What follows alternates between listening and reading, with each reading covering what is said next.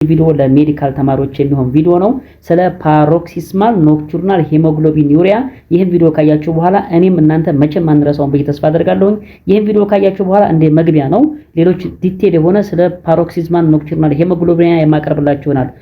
ፓቶጀኔሲስ ኦፍ ፓሮክሲስማል ኖክቱርናል ሄሞግሎቢን ስንመለከት ይህን ቀይ ደም ሴል ብቻ መመልከት ያስፈልጋል። ይህን ቀይ ደም ሴል ስትመለከቱት የተለያዩ ፕሮቲኖች ከቀይ ደም ሴል ሜምብሬኖች ላይ አሉ። እነዚህ ፕሮቲኖች ዋና መነሻቸው ለምሳሌ PIGA የሚባል ጂን አለ። ኤክስ ክሮሞዞም ላይ የሚገኝ ጂን ነው። ይህ PIGA የሚባለው ጂን አንድ ፕሮቲን ያመርታል። ይህ ፕሮቲን GPI አንከር ፕሮቲን እንለዋለን። ይህ GPI አንከር ፕሮቲን መጥቶ ከሬድ ብለድ ሴል ሜምብሬን ጋር ባይንድ ያደርጋል።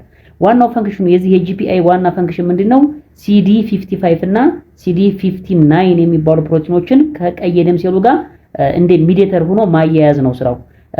እነዚህ CD55 እና CD59 የሚባሉ ፕሮቲኖች የራሳቸው ጥቅም አላቸው። ለሬድ ብለድ ሴል እንደ ፕሮቴክተር ናቸው። ስፔሻሊ ከኮምፕሊመንት ሚዲየትድ ሄሞላይሲስ የሚከላከሉ ፕሮቴክተር ናቸው CD55 እና CD59።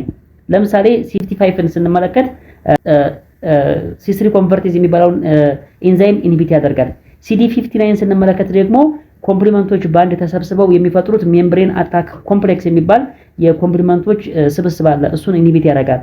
ሶ ኢን ዘ ኬዝ ኦፍ ፓሮክሲስማል ኖክቱርናል ሄሞግሎቢን ዩሪያ ጊዜ ምንድነው የሚፈጠረው? PIGA የሚባለው ጂን እሱ ሚቹዌትድ ይሆናል። ሚቹዌትድ ሲሆን GPI የሚባሉት ፕሮቲኖች አይመረቱም።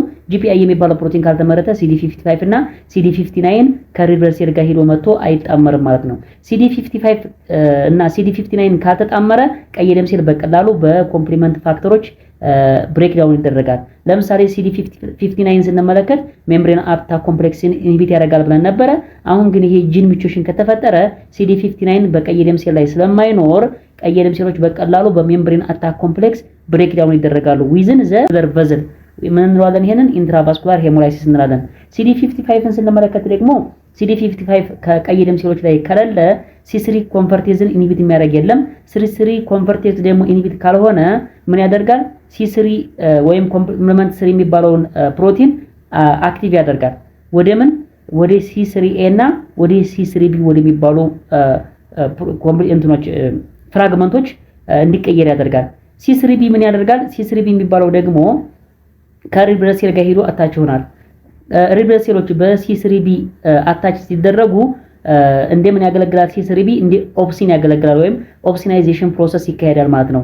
በC3B የተከበበ ቀይ ደም ሴል ደግሞ በቀላሉ በማክሮፌጆች ኢንገልፍ የመደረግ እድሉ ይሰፋል።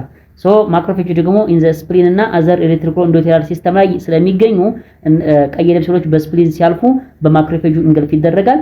ኤክስትራቫስኩላር ሄሞላይሲስ ይከሰታል ማለት ነው።